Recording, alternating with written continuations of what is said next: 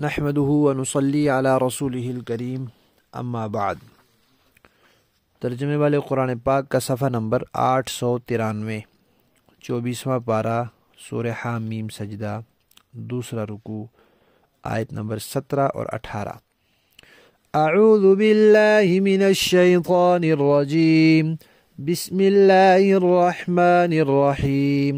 وَأَمَّا ثَمُودُ فَهَدَيْنَاهُمْ فَاسْتَحَبُّوا الْعَمَى عَلَى الْهُدَى فَأَخَذَتْهُمْ صَاعِقَةُ الْعَذَابِ الْهُونِ بِمَا كَانُوا يَكْسِبُونَ وَنَجَّيْنَا الَّذِينَ آمَنُوا وَكَانُوا يَتَّقُونَ۔ صدق اللہ العظیم۔ پچھلی آیات میں اللہ تعالیٰ نے فرمایا تھا کہ آپ مشرکین مکہ سے کہہ دیں کہ اگر تم توحید کی دعوت سے منہ موڑو گے اور اسے قبول نہیں کرو گے تو پھر تمہیں ان لوگوں کے انجام کی طرح انجام سے خبردار کرتا ہوں جو انجام قوم عاد کا ہوا تھا، جو قوم ثمود کا ہوا تھا، ایسا ہی انجام تمہارا بھی ہوگا۔ تو پھر اس کے بعد قوم عاد کا تذکرہ آیا تھا۔ اب ان دو آیات میں قوم ثمود کا تذکرہ ہے۔ قوم ثمود کی طرف اللہ تعالیٰ نے صالح علیہ السلام کو بھیجا تھا، وَإِلَىٰ ثَمُودَ أَخَاهُمْ صَالِحًا، اور یہ حجر نامی جگہ میں رہتے تھے اور یہ بھی شرک میں مبتلا تھے۔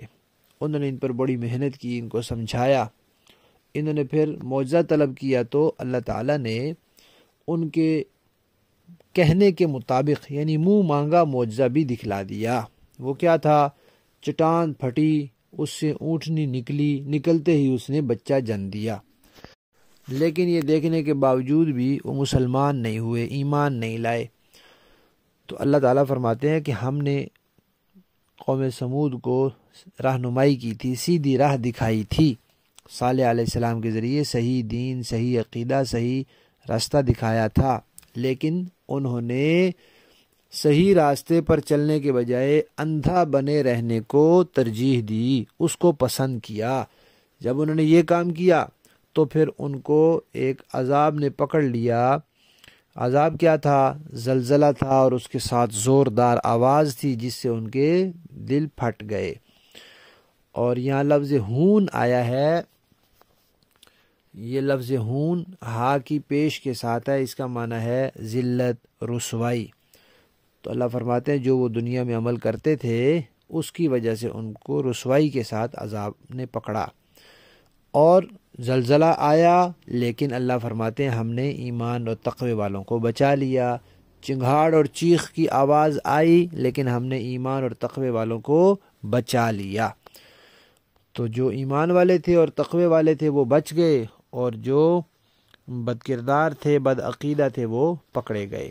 لفظی معنی دیکھیے، وَأَمَّا ثَمُودُ، اور باقی رہے ثمود، فَهَدَيْنَاهُمْ، ہم نے انہیں راستہ دکھلایا، ان کی رہنمائی کی، فَاسْتَحَبُّوا، تو انہوں نے پسند کیا، العما، اندھے رہنے کو، عَلَى الْهُدَى، ہدایت پر، ہدایت کے مطابق چلنے پر، فَأَخَذَتْهُمْ، تو پکڑ لیا پھر ان کو، صاعقۃ، ایک چیخ اور چنگھاڑ نے، العذاب، جو عذاب کی تھی، الہون، جو ذلت والا تھا، بما، بدلے ان کرتوتوں کے، کانوا یکسبون، جو وہ کماتے تھے، ونجینا، اور نجات دے دی ہم نے، الذین، ان لوگوں کو، آمنو، جو ایمان لائے، وکانوا، اور وہ تھے، یتقون، تقوی والے، پرہیزگار تھے۔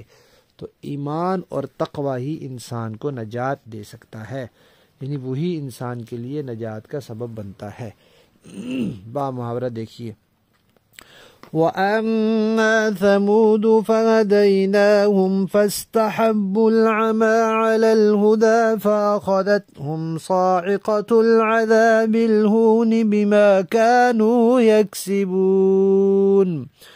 باقی رہے ثمود، تو ہم نے انہیں سیدھا راستہ دکھلایا، لیکن انہوں نے سیدھا راستہ اختیار کرنے کے مقابلے میں اندھا رہنے کو زیادہ پسند کیا، چنانچہ انہوں نے جو کمائی کر رکھی تھی اس کی وجہ سے ان کو ایسے عذاب کے کڑکے نے آ پکڑا جو سراپا ذلت تھا۔